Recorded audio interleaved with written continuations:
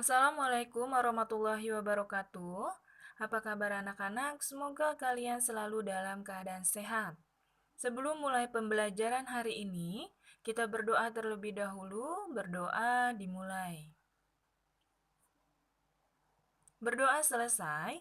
Untuk materi hari ini kita masuk ke bab yang ketiga, yaitu tentang partikel penyusun benda dan makhluk hidup.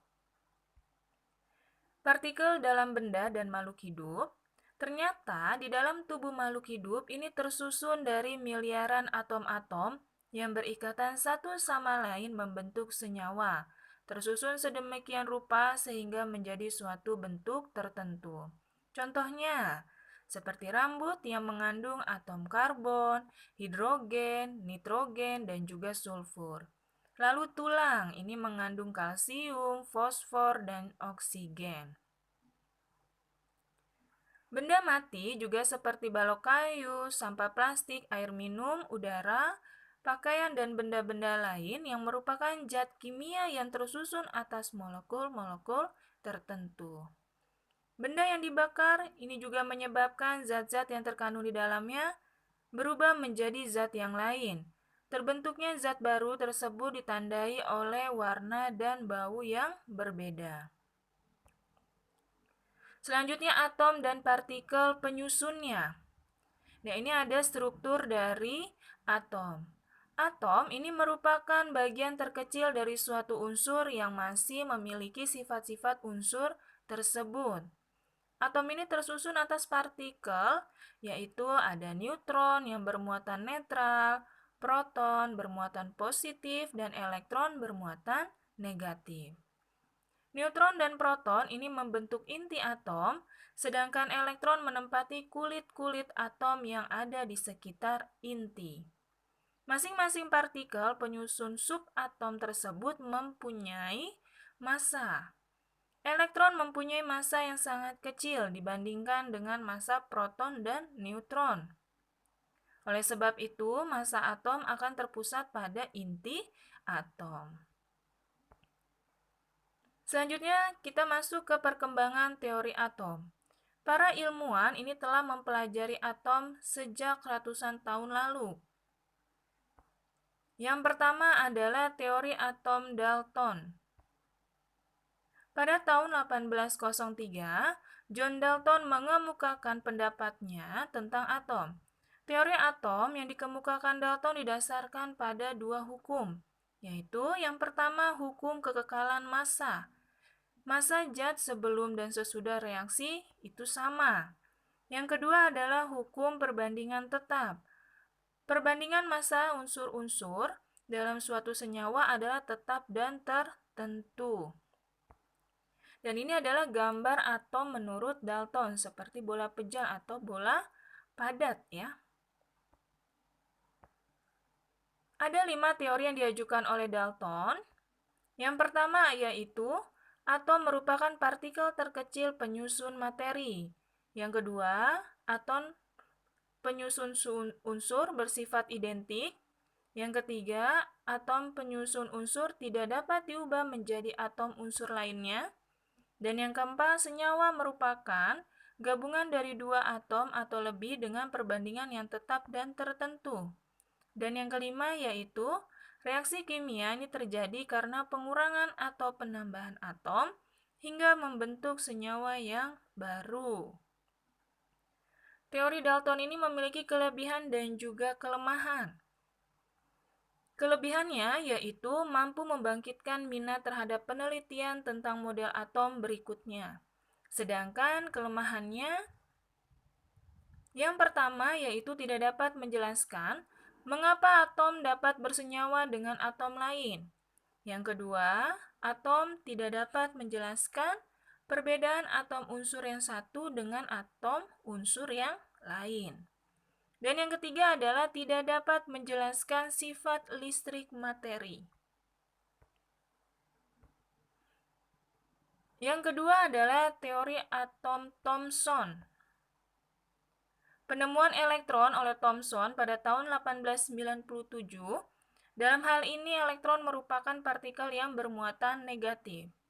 Setelah melakukan percobaan menggunakan tabung sinar katoda, Thomson ini melihat atom dari sisi sifat kelistrikannya, guna memperbaiki teori Dalton yang dinilai lemah.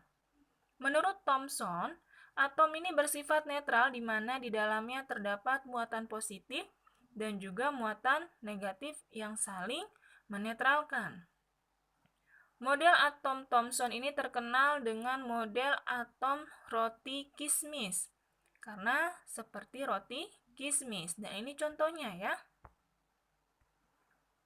Kelebihan dari teori ini adalah menjadi awal penemuan bahwa atom bukan partikel terkecil sehingga memberi jalan untuk teori-teori selanjutnya. Kelemahannya, Thomson ini tidak dapat menjelaskan susunan muatan positif dan negatif dalam bola atom tersebut. Yang ketiga adalah teori atom Rutherford. Perkembangan teori atom selanjutnya dikembangkan oleh Ernest Rutherford pada tahun 1911 untuk diteliti lebih lanjut. Rutherford ini melakukan penelitian dengan cara menambahkan partikel alfa yang bermuatan positif ke lempengan tipis emas. Di sekitar lempengan emas ini telah dipasangi sensor pendeteksi hamburan sinar alfa secara melingkar. Dari percobaan, diperoleh fakta di antaranya, sebagian besar sinar alfa ini menembus lempeng emas, itu artinya sinar alfa tidak mengalami tabrakan dengan partikel penyusun atom. Sebagian kecil sinar alfa terbelokkan. Ini menandakan telah terjadi tabrakan antara partikel alfa yang bermuatan positif dengan inti atom yang bermuatan positif. Bahkan, ada yang dipantulkan kembali. Nah, yang dipantulkan kembali ini yang menabrak tepat di tengah inti atom emas. Dan ini contohnya ya. Kelebihan dari teori ini adalah mampu mengemukakan ide mengenai inti atom untuk pertama kalinya. Kekurangannya, tidak dapat menjelaskan mengapa elektron tidak jatuh ke dalam inti atom dan tidak dapat menjelaskan tentang kestabilan atom. Yang keempat adalah teori atom Niels Bohr. Perkembangan teori atom terus berlanjut pada tahun 1913. Niels Bohr ini mengembangkan teori model atom Rutherford menggunakan percobaan spektrum hidrogen. Percobaan ini berhasil memberikan gambaran keadaan elektron dalam menempati daerah di sekitar inti atom. Penjelasan Bohr tentang atom hidrogen ini melibatkan gabungan antara teori klasik dari Rutherford dan juga teori kuantum dari Planck. Dan ini model atom dari Bohr. Niels Bohr ini menyampaikan dua postulat, yaitu yang pertama, elektron yang mengelilingi inti memiliki orbit atau kulit tertentu. Jadi elektron ini tidak memancarkan atau menyerap energi sehingga hal inilah yang membuat energi elektron konstan. Yang kedua adalah jika elektron menyerap energi dari luar, maka ia akan naik ke kulit atau orbit yang lebih tinggi. Kemudian akan kembali ke orbitnya semula sembari memancarkan energi radiasi. Kelebihan dari teori ini adalah dapat menjelaskan kekurangan dari teori atom Rutherford dan juga dapat menjelaskan mengapa elektron tidak jatuh ke inti atom. Kekurangannya yaitu model atom ini tidak bisa menjelaskan spektrum warna dari atom berelektron banyak. Dan yang kelima adalah teori mekanika kuantum.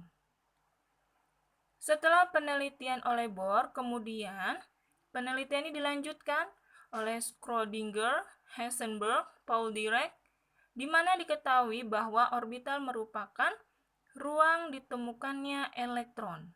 Dan bukan hanya itu saja, sebuah partikel yang bergerak juga dapat memancarkan gelombang. Dan ini ada token ya anak-anak agar kalian bisa masuk ke link soal. Selanjutnya kita masuk ke nomor atom dan nomor massa. Unsur merupakan zat tunggal atau murni yang tidak dapat diubah lagi menjadi bahan lain dengan reaksi kimia. Contoh dari unsur seperti emas, besi, perak, oksigen, dan masih banyak lainnya. Masing-masing unsur ini memiliki karakteristik yang berbeda-beda. Atom yang satu berbeda dengan atom yang lain karena mempunyai elektron, proton, dan neutron yang berbeda jumlahnya. Hubungan nomor atom, nomor massa, dan jumlah neutron dalam suatu atom yang netral ini dapat dituliskan dengan persamaan seperti berikut. X, A, dan Z. X ini adalah lambang suatu unsur. Lambang suatu unsur misalnya oksigen itu lambangnya O. Dan Z ini adalah nomor atom, sedangkan A adalah nomor massa.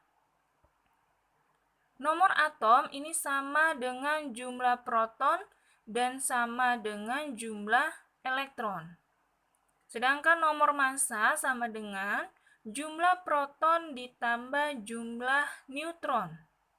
Kalau mencari jumlah neutron berarti nomor massa dikurangi nomor atom, ya. Dan ini contohnya ya anak-anak, nama unsur kimia dan lambangnya. Kayak misalnya di sini contohnya ada hidrogen, lambang unsur kimianya adalah H. Lalu helium berarti lambangnya He, litium Li, ya, natrium Na. Dan kalian lihat ya. Dan di sini ada contoh soal. Yang pertama yaitu tentukanlah jumlah proton, elektron, dan neutron dari fluor. Pertama kita cari nomor massanya dulu, A-nya. A-nya itu berarti sama dengan 19. Jadi yang di atas itu ada nomor massa, yang di bawah adalah nomor atom. Berarti nomor atom Z-nya itu sama dengan 9. Paham ya? Protonnya berapa? Di sini protonnya sama dengan 9 karena jumlah proton dan elektron itu sama dengan nomor atom. Berarti elektronnya juga 9. Kalau neutronnya berarti nomor massa dikurangi nomor atom. 19 dikurang 9 sama dengan 10. Paham ya? Soal yang kedua yaitu tentukan jumlah proton, elektron, dan neutron dari nitrogen. Nah, di sini sama ya, seperti di samping. Nomor massanya A-nya adalah 14. Nomor atomnya berarti 7. Protonnya juga 7, elektronnya juga 7 karena sama dengan nomor atom. Kita cari neutronnya berarti nomor massa dikurangi nomor atom. 14 dikurangi 7 sama dengan 7. Paham ya untuk dua soal ini? Kita lanjut ke soal yang selanjutnya. Nah, di sini tentukanlah jumlah proton, elektron, dan neutron pada ion kalsium yang bermuatan plus 2. Nah, nomor massanya A-nya adalah 40. Nomor atomnya Z-nya sama dengan 20. Muatannya, karena di sini bermuatan plus 2, jadi muatan M-nya sama dengan plus 2. Protonnya karena sama dengan nomor atom, berarti dia 20. Karena di sini ionnya positif, berarti kekurangan elektron ya. Berarti elektronnya sama dengan nomor atom dikurangi muatan. Nah, nomor atomnya 20 dikurangi muatannya adalah plus 2. Berarti plus minus jadinya min, ya kan? Berarti 20 dikurangi 2 sama dengan 18. Nah, neutronnya berarti nomor massa dikurangi nomor atom. 40 dikurangi 20 sama dengan 20. Selanjutnya tentukanlah jumlah proton, elektron, dan neutron pada ion sulfur yang bermuatan min 2. Berarti ini ion negatif, dia kelebihan elektron. Nah, di sini nomor masanya adalah 32, nomor atomnya 16, muatannya adalah min 2, protonnya sama dengan nomor atom yaitu 16, elektronnya berarti nomor atom dikurangi muatan. 16 dikurangi min 2. Min ketemu min jadinya plus. Jadi 16 ditambah 2 sama dengan 18. Sedangkan neutronnya berarti nomor massa dikurangi nomor atom. 32 dikurangi 16 sama dengan 16. Paham ya anak-anak sampai sini? Materi hari ini sampai sini. Minggu depan kembali. Tetap semangat belajarnya dan ingat jaga kesehatan kalian. Terima kasih. Assalamualaikum warahmatullahi wabarakatuh.